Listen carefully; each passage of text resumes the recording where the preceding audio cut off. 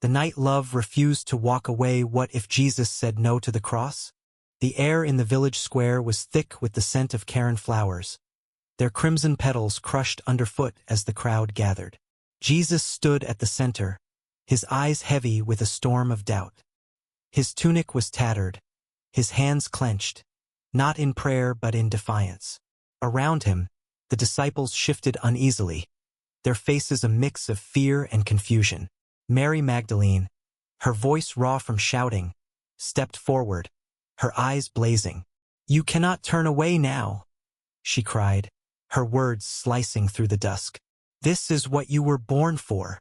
Judas, pacing at the edge of the circle, muttered to himself, his fingers twitching as if grasping for a truth he could not name. The Karen flowers, symbols of sacrifice among the villagers, were everywhere strewn across the ground, tucked into the hair of onlookers, their vivid red a stark contrast to the fading light.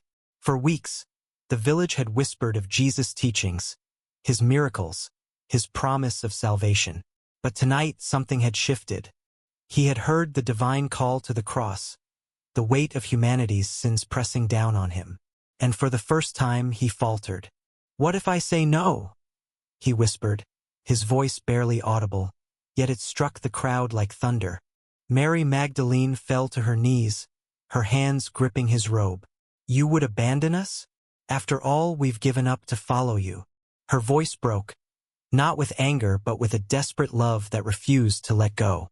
Peter, standing nearby, clenched his fists, his loyalty warring with his fear. "If you walk away, what are we?" he demanded. The crowd murmured, their faith unraveling. Judas stopped pacing, his eyes locking onto Jesus. "You told us to trust," he said, his voice low and bitter. "Was it all a lie?" From the shadows, an elderly woman emerged, her presence unexpected, her shawl slipping from her frail shoulders. Her name was Hannah, a widow who had never spoken in the village square before.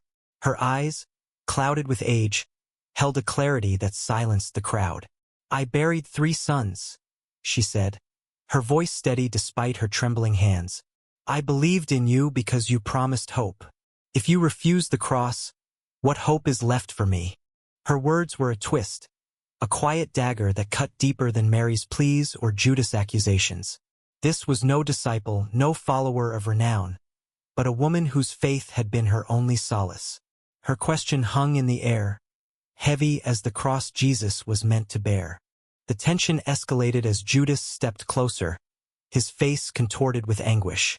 "If you won't do it, I will make you," he hissed, revealing the coins glinting in his palm. The crowd gasped, betrayal laid bare. Mary Magdalene lunged at Judas, her hands clawing at his chest. "You would sell him for silver?" she screamed. Peter pulled her back, but his own eyes were wet with tears. Jesus stood motionless, his gaze distant, as if seeing a future where love could refuse its own sacrifice. The village square became a crucible of human emotion, faith, doubt, betrayal, and love colliding in a single moment. The Karen flowers, trampled underfoot, seemed to bleed into the earth, a silent testament to the cost of choice.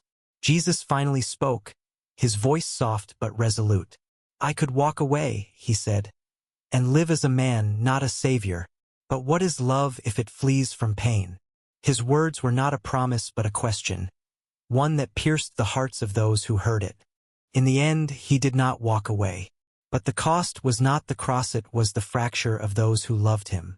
Judas left the square, his steps heavy with the weight of his choice. Mary Magdalene wept, her faith shaken by the glimpse of a savior who doubted. Peter turned away, unable to meet Jesus' eyes. And Hannah, the widow, stood alone, clutching her shawl, her hope both restored and broken. The Karen flowers lay scattered, their beauty marred by the truth that love, even divine, could waver. The night ended not with triumph but with a bitter truth. Sacrifice is not a moment but a choice, made again and again, in the face of fear and doubt. Jesus would face the cross, but the village would never forget the night he almost said no. The crowd dispersed, carrying with them a question that lingered like the scent of Karen flowers.